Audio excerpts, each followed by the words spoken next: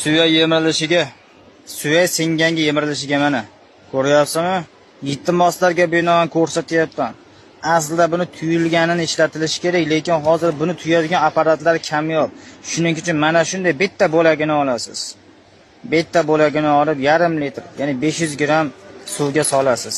20 daqiqa qaynatasiz. 20 daqiqa. Tindirib olasiz, 1 soat dam yedirasiz.